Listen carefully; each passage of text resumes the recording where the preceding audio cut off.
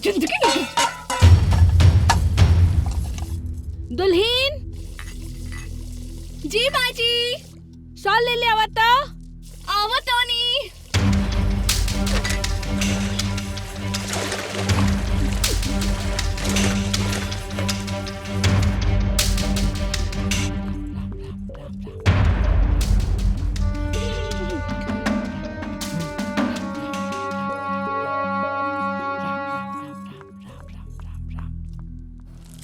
पढ़ाई लिखाई बर्तन चौका कपड़ा लत्ता कर करके हमारे सगरो सपना चूर चूर हो गई बा। अंजलि बिटिया, जी बाबूजी। तनी चाय लिया बता। लावतानी।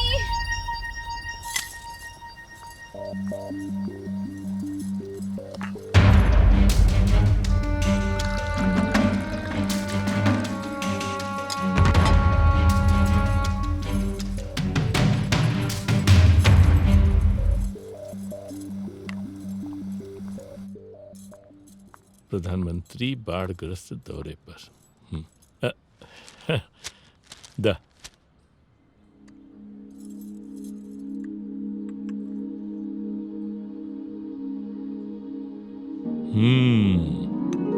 वाह बहू वाह, चाहे तो बहुत निमन बनला।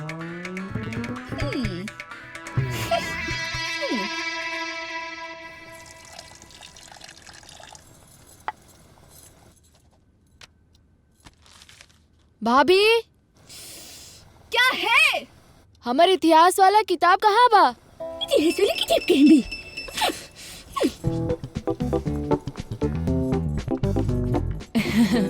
थैंक यू भाभी। चलो हमरे संगे रोटी बनावे के बा। भाभी तू बना लो ना, अभी हमके लिखे के बा। अरे गुड़िया के स्कूल लेवे के जाए के बा। भैया ले आई हन।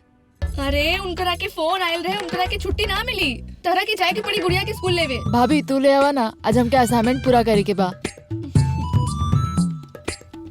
ये असाइनमेंट करे के बा।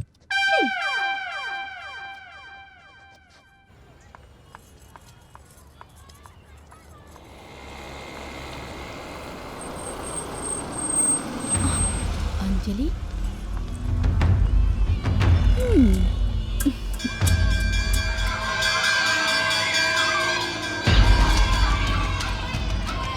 छुट्टी तो हो गई, गुड़िया नहीं खिलौकत। अभी ले गुड़िया।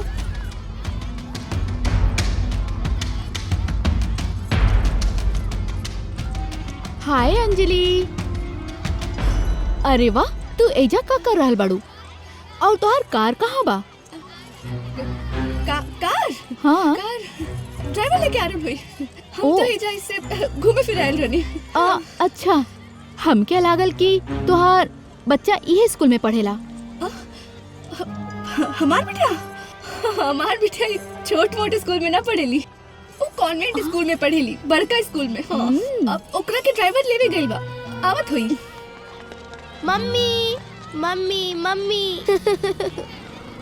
अरे बेटा, मम्मी कहले से मना कहले रहनी ना। सिमो सॉरी It's मॉम। okay. पापा। गुड़िया इला चॉकलेट। अरे पारो, का हाल बा? हम तो एकदम हाई फाई बानी। बाकी तोहार इतना बड़ा कार देख के दिल खुश हो गइल बा। इतना बड़ा कार।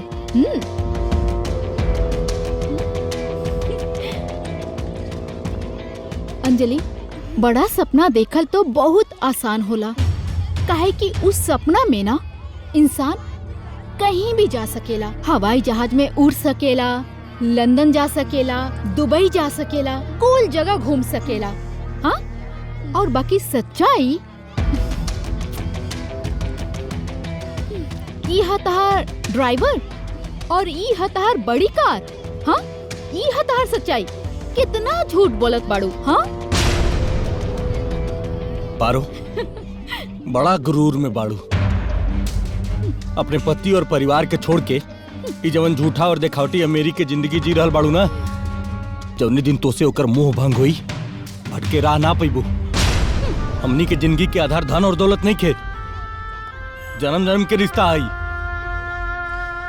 हमनी के रिश्ता रीत प्रीत विश्वास और त्याग के अटूट धागा से जुड़ल प्यार के बंधन है। ये बंधन टूटे ना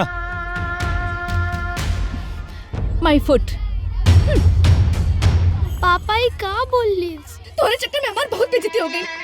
अरे ई झूठी के बाद का सुने ले तू? वो सही बोलली बिया। काहे ले तो आइजा? मना कैले रहला ना तू? अरे जल्दी छुट्टी हो गई तो आ गेली। जल्दी छुट्टी हो गई तो आ गईली। ये कैसे मजबूरी की ड्यूटी बिया? जे गुलाम नियन साहबन से पूछ-पूछ के काम करे के पड़ेला।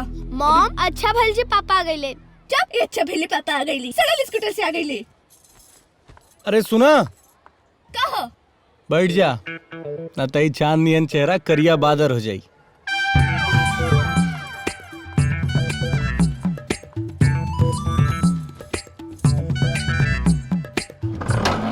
अमित, ई गरीबी की काल कोठरी में रह रह के ना हमार दम घुटे लागल है। ई न जाने कोने बंधन में बंध के ही जाके हम बंधन में हो गइल बानी।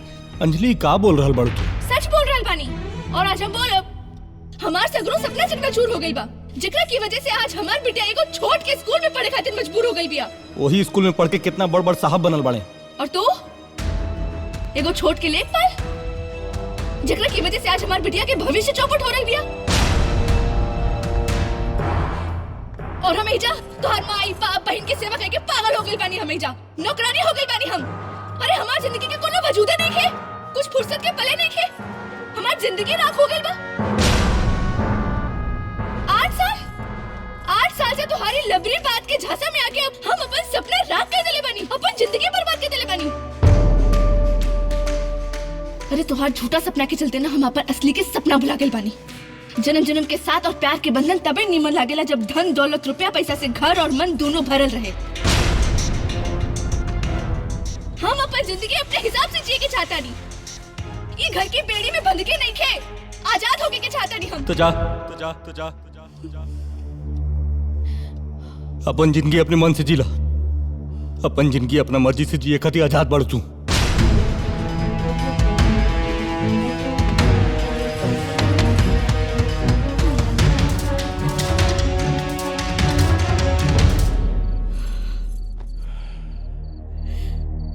ऐसन लड़की से ब्याह करके हमरे बेटा की जिंदगी बर्बाद हो गई।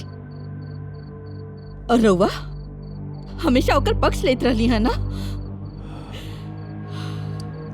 हाँ मालती, गलती भइल बा हमरा से, पर अब पानी सर के ऊपर चढ़ गइल बा। पुरान लोग सही कहत रहलन कि गलत आदमी के या गलत बात के बहुत ज्यादा दिन तक नजरअंदाज न करे के चाहिए। अब सब बर्दाश्त के बाहर हो गइला। हम काले राय बहादुर के बुलवा के ना इस सिलसिला में बात करब। दीदी दीदी। अरे बबलू। अरे बाबूजी गोड़ लगतन। खुश रह बेटा। भाई। अरे पल्लवी बिटिया, कुछ मीठा पानी लेके आवा। बबलू आल बाड़न। बेटा बेटा। चाय पानी रास्ता में भी हो जाए बबलू। अभी स्कूल से गुड़िया के भी लेवे के बा। चला।